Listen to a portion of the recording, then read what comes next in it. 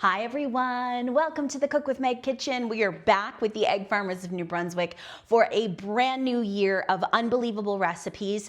Today we are making a yogurt loaf cake with the Egg Farmers of New Brunswick. We love you guys so much. We are so excited to focus the next few recipe classes on eating well while spending less. Music to my ears. Eat well, spend less. Let's make a yogurt loaf cake. So, parchment lined loaf pan. So this is where you're going to pick your favorite banana bread loaf pan, just because it literally does make like the perfect loaf. I put a little bit of non-stick spray down in the bottom of my pan, and that will actually prevent sticking, but the parchment sticks to that, which is really great because it helps it kind of stay secure in place. Super easy. That's step number one. Step number two, let's preheat our ovens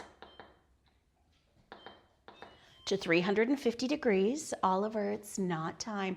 Guys, do you have any pets in your house? Well, if you're new to Cook with Meg, we have a black lab, Oliver, and he loves to be part of the kitchen. You will probably see him in just a few minutes. He comes with the deal. Okay, so let's get to it. I do have my recipe right here. We always ask you to have your recipe either printed, nearby, handy. It's always just a really great thing to have on hand. It's your roadmap. And of course today, star of the show, large eggs. Now, when a recipe calls for eggs, and it doesn't say large, it is implied that we're using 2 large eggs. So I'm going to crack and add. Normally, I crack in a separate bowl, but I'm not worried about that because right now that is literally the only thing that is in my mixing bowl. I am going to grab a whisk. You see I have my electric mixer beside me, but y'all, I just made a decision. We don't even need to use it. That's how simple this recipe is. We're gonna go by hand. So 2 large eggs. To that, we need to add some sugar and we need to add some vanilla extract. How much sugar? 3/4 cup. So granulated white sugar. Very similar to a banana bread in the process and how we make it. I don't know how often you're making like a loaf cake, but it isn't difficult to make. It's one of these recipes. I can't tell you how much I love it. I feel like it comes together. You'll see how quickly it comes together. It's so beautiful, and it is such a crowd pleaser. Like, what is that? What makes it so moist? What makes it so tangy? The other cool thing about this, you can literally incorporate all your favorite yogurt, whether it's plain or flavored, your favorite jam. It's very customizable. And a teaspoon of vanilla. So if you're asking what's in my bowl, the game I love to play, right now it's 2 large eggs, 3/4 cup granulated sugar, and a teaspoon of vanilla. Now I am going to switch to my favorite spatula here coming up, but before I do that, I'm going to add in, let's see, I need to see this, yogurt, oil, and jam. I'm gonna add in 2 big tablespoons. Oh, that was like a little melon baller. It just was so perfect. Heaping, okay? Heaping tablespoons. You can do between 2 and 3. The reason I just made an audible, I just decided that I want 3, is because the yogurt that I am using today happens to be plain. So we do not have any sweetener added to that. I will be right back. There is one more ingredient I need. I need some oil. Meet you back here in just a flash. We're back, friends. We have some oil. So I need to add a 1/2 cup. Let's try. It's very full. You know when you first open a container, but it has a squirt top, you have to be really careful that you get a good little measure and you don't over measure. So we're gonna say goodbye to the whisk at this point. it's done its job. Let's review.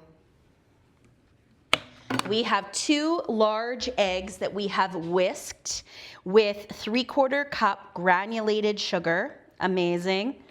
To that we added couple of big heaping tablespoons of jam. And I want to tell you that this recipe, truth be told, comes together really beautifully with things that you might already have on hand. The last thing we need, sorry about that, is a cup of yogurt. You can use any kind of yogurt. This is a recipe that is so forgiving. You can use plain Greek yogurt like I'm doing today, which is why I added a little bit extra jam. Or if you prefer, you can use a flavored yogurt. Pick your flavors. You can customize it. So what I've done before, which is super fun, and I wanted to just use up what was hanging out in my fridge. I did once, I think it was a mango yogurt and a strawberry jam. So the bread became strawberry mango. That's very cool. This is raspberry jam and plain yogurt. So we really are traditionally getting just a raspberry loaf bread, but it's a raspberry yogurt loaf bread, which is so fun. So you might be able to see what's going on here. I'm kind of doing my favorite motion with my favorite tool in the kitchen, my spatula. I'm kind of smushing it all together because I really want the oil to incorporate with the yogurt, so the fat, to get those really beautiful eggs broken down. We've got the beautiful yolks where we get all those minerals and vitamins. Then we've got the protein or the albumin, which is the white. We want it all to be perfectly mixed together. You could still be whisking, but I like a spatula.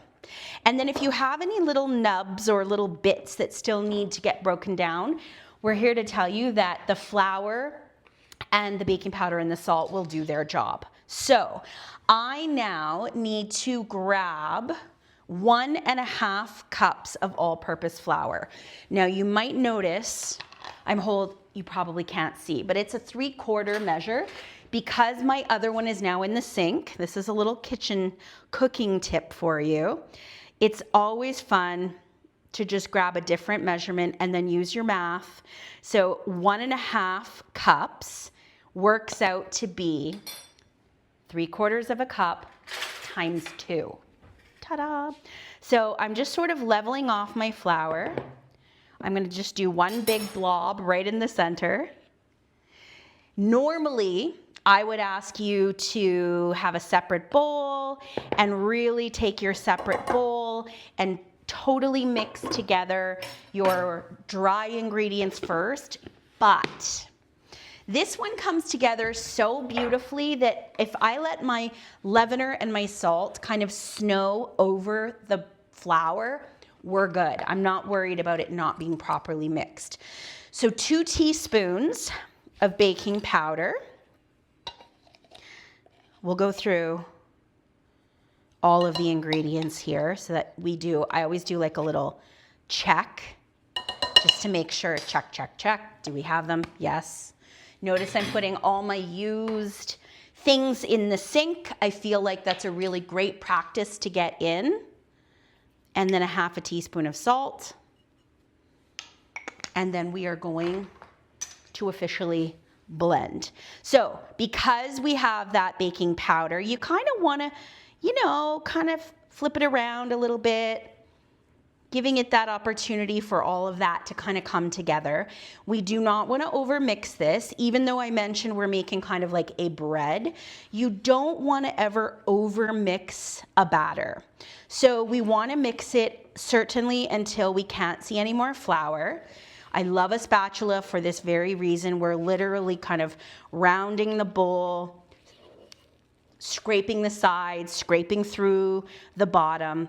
That blueberry or raspberry jam, friends, wow, that looks good. And remember I told you can kind of knock out any of those little pieces? I made a decision just in this very moment. I kind of want to leave some of them because when you go to cut into the loaf, you're going to get these little pockets, these little jammy pockets. Delish. So spoon, usually nearby. I like to, at this point, scrape everything off my spatula because it never fails. I will always get a little pocket of unmixed flour kind of up here on the spatch. So again, one more pass through. Because we have 2 eggs, which build structure, and it also works as a leavener, leviosa, like to rise up. We also have our 2 teaspoons of baking powder. We're gonna get that really nice, beautiful puff happening. And I realize it's not cooked yet, but I always like to take a teeny tiny taste because I can, because we're baking. Guys, that is so good, and we haven't even cooked it. Here comes Ollie. He's like, Mom's freaking out over food. That is really good. I'll tell you why. You get the little bit of tang from the baking powder, which I'm not telling you I'm eating baking powder, but you can kind of get the little tang. The Greek yogurt, if I could recommend Greek yogurt, packs a punch. And then raspberries are naturally kind of tangy. So if you've made this with strawberry, you might get the juicy strawberries, but not as tangy. And if you didn't use Greek yogurt, same thing. But that's the cool thing about this loaf. I feel like I want you to kind of use this as your go-to loaf mix recipe, and then you can start to customize it depending on what you have. And if we go back to eating well and spending less, we're not worrying about going out to find all these ingredients, some kind of hard to find. We have most of the ingredients already in our fridge or the pantry. Let's go through 2 eggs, sugar, vanilla, a cup of our favorite yogurt, vegetable oil. You could use canola oil or grapeseed. You want something that's fairly neutral in the oil department. A couple of big tablespoons of jam. I did 3 because I used plain Greek yogurt. 1.5 cups of all-purpose flour, 2 teaspoons of baking powder, 1/2 teaspoon of salt. I'm using the back of a spoon to kind of shimmy my way down the pan. Oh. Now, I just had an idea. I'm not going to do it today. However, should I do it today? I just got thinking you could put a dollop of jam and then kind of pull your knife. Oh wait, I'll do it another time. But let me tell you, if you wanted to, look how pretty that is. Look at the little studs of raspberry. If you wanted to, you could put a little dollop of jam and then with a toothpick, drag it through so it kind of creates a swirl. You could even put half the batter in and then a bit of jam and then the rest of the batter. So when you cut into it, there'll be a ribbon. I'm not gonna redo it, but that is 100% what I will be doing next time. So that's it. That is literally it. All we need to do now is we need to put this into our 350-degree oven. Mine is ready. And it's hefty. That's going to need to cook for about 40-ish minutes. It will need to have a little tent. What's a tent? It's foil that we kind of loosely tent over the structure at about the 30 to 35 minute mark. I say that because I've made this so many times, and because the actual loaf is fairly dense, just like it would be with a big thick banana bread loaf, we want to make sure that we get fully cooked all the way through. And sometimes what happens is that heat kind of hits the top, but doesn't quite get all the way through in that 30-minute mark. So around 30 minutes, I want you to take a quick peek. It's okay if you quickly take it out, quickly, loosely tent it with some foil and gently put it back in. It may need to cook for about 40 to 45 minutes. Ovens vary, so we're gonna keep an eye on it. I'll meet you back here when it is out of the oven and ready to slice. Check with a toothpick or a cake tester. We want it all the way in, all the way out, no mushy gushy. Then you know you're completely good to go. So it's like a giant muffin, but in one pan. It definitely needs about double the time that a muffin would take. Okay, I'll meet you back here in about 40 minutes. I'm just gonna be here eating better. See you soon. Oh, that's so good. Hi friends, quick update. Checked it at the 45-minute mark. It is tented. She needs another maybe 10 minutes. Again, it is very dense. It's looking gorgeous. Just keep it in until the cake tester comes out perfectly clear. Look at that. Absolutely gorgeous. Cake tester in hand, down in, not feeling mushy gushy. Oliver taking up residence behind me. It's not for puppies. Now it needs to cool. So if I can give you one piece of advice, let it cool big time before you lift it out. I could hold my parchment right now and pick it up, but it does need time to properly cool. So if you've got a cooling rack, set it on that cooling rack. Those little cracks that you see are totally normal. It's perfect. You can see the little studs of raspberry. It looks so good. And when it's totally cool, I will just saw into it and make nice big thick slices. This doesn't even need butter. It's just chef's kiss on its own. Hope you have fun making it. I hope you enjoy the flavor. This is our Eat Well, Spend Less series. We made a yogurt loaf cake. And until next time, always remember, we are awesome. For more with me, cookwithmeg.com. Thank you to the egg farmers in New Brunswick, and we'll see you next time. Bye, everyone. I am not patient. I want to eat it now. Bye, guys.